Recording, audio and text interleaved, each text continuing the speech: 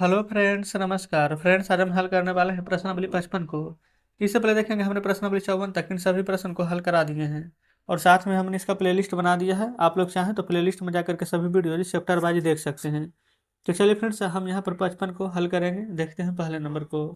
तो यहाँ पर पहले नंबर प्रश्न में बोला गया है कि 300 पूर्णांकों की परीक्षा है। अब मीकू को 210 अंक प्राप्त हुए हैं।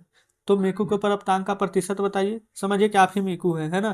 300 नंबर का आपके स्कूल में एग्जाम हुआ तो जितना नंबर का एग्जाम रहता है ना उसको हम बटा में लिखते हैं नीचे। और जितना नंबर आपको आया 210 ना आया तो आप ऊपर लिख देंगे। अब परसेंट में बदलना है तो आपको पता है कि हम 100 से गुना करते हैं, तो कर दीजिए 100 से गुना। तो ये 2 जीरो से ये 2 जीरो कट जाएगा। 3 से 21 कितना बार में कटेगा? 3 7 21, 1 जीरो तो 1 जीरो। तो मीकू को कितना प्रतिशत मिला? तो आप कहेंगे 70%। तो ये हमारा पहला के आंसर आ जाएगा। दूसरा हम देखेंगे 500 पूर्णांकों की परीक्षा है और चीकू चाहता है ना कि 80% अंक प्राप्त हो, तो कितना अंक लाना चाहिए? 500 का 80%, 80% हटाएंगे तो बटा में 100, 2 जीरो से 2 जीरो कट जाएगा। तो 5 ठीक है 40, 1 जीरो तो 1 जीरो दे देंगे। तो चीकू क्या चाह रहा है कि कम से कम 400 अंक उसका यहाँ पर प्राप्त हो जाए, है ना। तीसरा में आएंगे।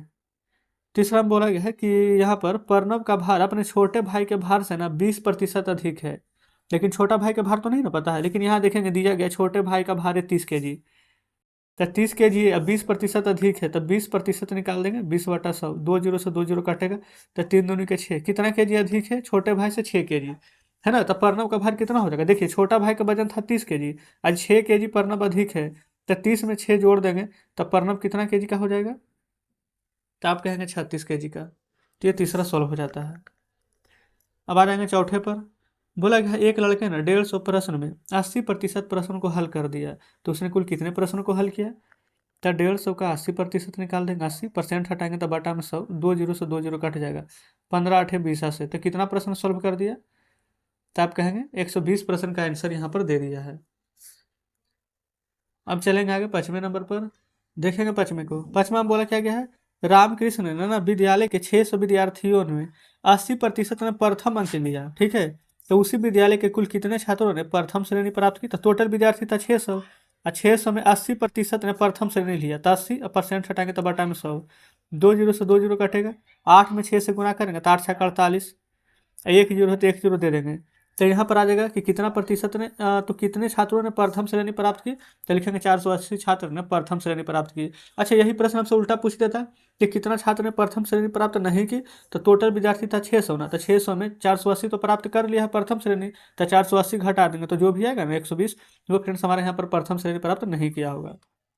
छठा में ये बोला गया मुकेश 500 रुपया लेकर बाजार गया, जिसमें से 45% खर्च कर दिया। तो मुकेश ने कुल कितना खर्च किया?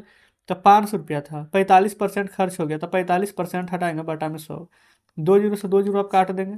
गुना कीजिए, 5 5 25 के 5 हाथ में 2, 5 20 और 2 बाकी। तो कितना खर्च किया? 225 रुपया। यही पूछ देता कि कितना बचा लिया, तो 225 खर्चा ना हो गया। तो 500 में से 225 घटा देते तो जो भी आता हमें पता चल जाता है कि उतना रुपया बचा लिया है। 7वां पर आइए। साथ में बोला गया कि 400 पूर्णांकों की किसी परीक्षा में 364 अंक प्राप्त करने पर प्रतियोगिता में ना उत्तीर्णता प्राप्त हो जाती है। तो कम से कम कितने प्रतिशत अंक लाने चाहिए? देखिए 400 अंक यहाँ पर है हमारा टोटल का एग्जाम, मतलब कि 400 अंकों का एग्जाम है। तो जितना अंकों का एग्जाम है उसको हम बटा में रखेंगे। प्राप्त कितना किए हैं? 364। तो परसेंट में पूछा गया कितना आया है, तो गुना कर देंगे 100 से। तो 2 जीरो से 2 जीरो कट जाएगा। 4 से काटिए, 4 9 के 36 और 4 एकम के 4, यानी कि 91% हमें यहाँ पर अंक प्राप्त करने होंगे। चलिए 8वां में आइए। बोला गया कि राधा ने 300 पूर्णांकों की परीक्षा में 84 अंक प्राप्त किए, तथापि वह 15 अंक से फेल हो गई। तो उत्तीर्णता का न्यूनतम प्रतिशत क्या था? ध्यानपूर्वक समझेंगे। 300 अंक की परीक्षा है। 300 अंक हमें यहाँ पर परीक्षा का मतलब कि 300 अंक में परीक्षा किसे होता है? कोई स्कूल में 800 का, कोई 1500 का, किसी में 500 का। तो उसी प्रकार से 300 अंक का टोटल परीक्षा था, ठीक है। तो बोला गया कि पूर्णांक की परीक्षा में 84 अंक प्राप्त किया। लाना था 300, लेकिन आया है कितना भी? 84। आगे देखेंगे। फिर बोला गया है कि और ना 84 अंक लाई है ना, तब 15 अंक से फेल हो गई है। तो न्यूनतम प्रतिशत क्या था? समझिए, अगर फ्रेंड्स 84 अंक हम लाए हैं ना, तब 15 अंक से फेल हो गए। कहने का मतलब है कि 15 अंक अगर हमें और मिल जाते तो फेल नहीं ना होते हैं। ध्यानपूर्वक समझिएगा कि आप ही के स्कूल में एग्जाम में 300 नंबर का और आप 84 नंबर लाए ना, तब 15 नंबर से फेल हो गए। अगर ये 15 नंबर आपको मिल जाता तो फेल तो नहीं होते। तो ये 84 अंक हमारा आया है, 15 अंक से हम फेल हो गए ना, तो ये 15 नंबर जोड़ेंगे। तो जोड़िए, तो 5 4 9 8 1 9। कहने का मतलब क्या है कि अगर हमारा 99 नंबर आता तो हम फेल नहीं होते। कहने का मतलब यही ना है कि 84 अंक लाए हैं, 15 नंबर से फेल हो गए, तो टोटल 99 नंबर हमें चाहिए। 99 आता तो फेल नहीं होते। तो टोटल एग्जाम कितना नंबर का था? 300। ठीक है। हमें क्या बोला गया है कि कम से कम पास होने के लिए कितना परसेंट चाहिए? तो पास होने के कम से कम 99 नंबर चाहिए थे। गुना कर देंगे 100 से, तो 2 जीरो से 2 जीरो कटेंगे, और 3 से काटेंगे 3, और 3 3 9। यानी कि फ्रेंड्स हमें यहाँ पर ना 33% नंबर यहाँ पर लाने थे कम से कम, तो हम यहाँ पर पास हो जाते हैं। तो जस्ट इस प्रकार से हमारा 8वां नंबर प्रश्न सॉल्व हो जाता है। ठीक है। 90 नंबर पर आएंगे। बोला गया है एक आदमी को प्रति माह 8,000 रुपये वेतन मिलता है। ठीक है।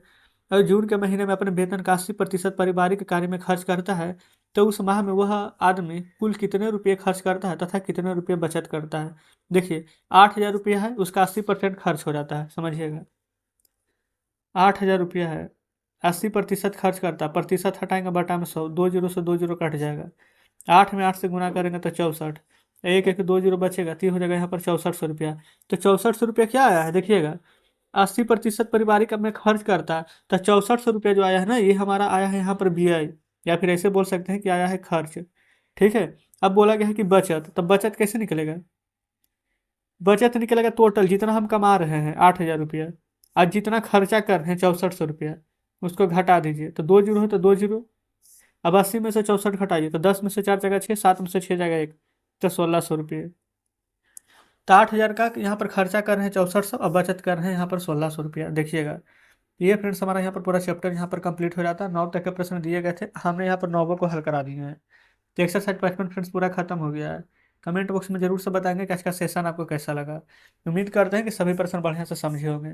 वीडियो अच्छी लगी हो तो वीडियो को लाइक और चैनल को सब्सक्राइब कर दीजिएगा। तो ठीक है फ्रेंड्स, मिलते हैं आपसे कल नेक्स्ट वीडियो में नेक्स्ट चैप्टर के साथ।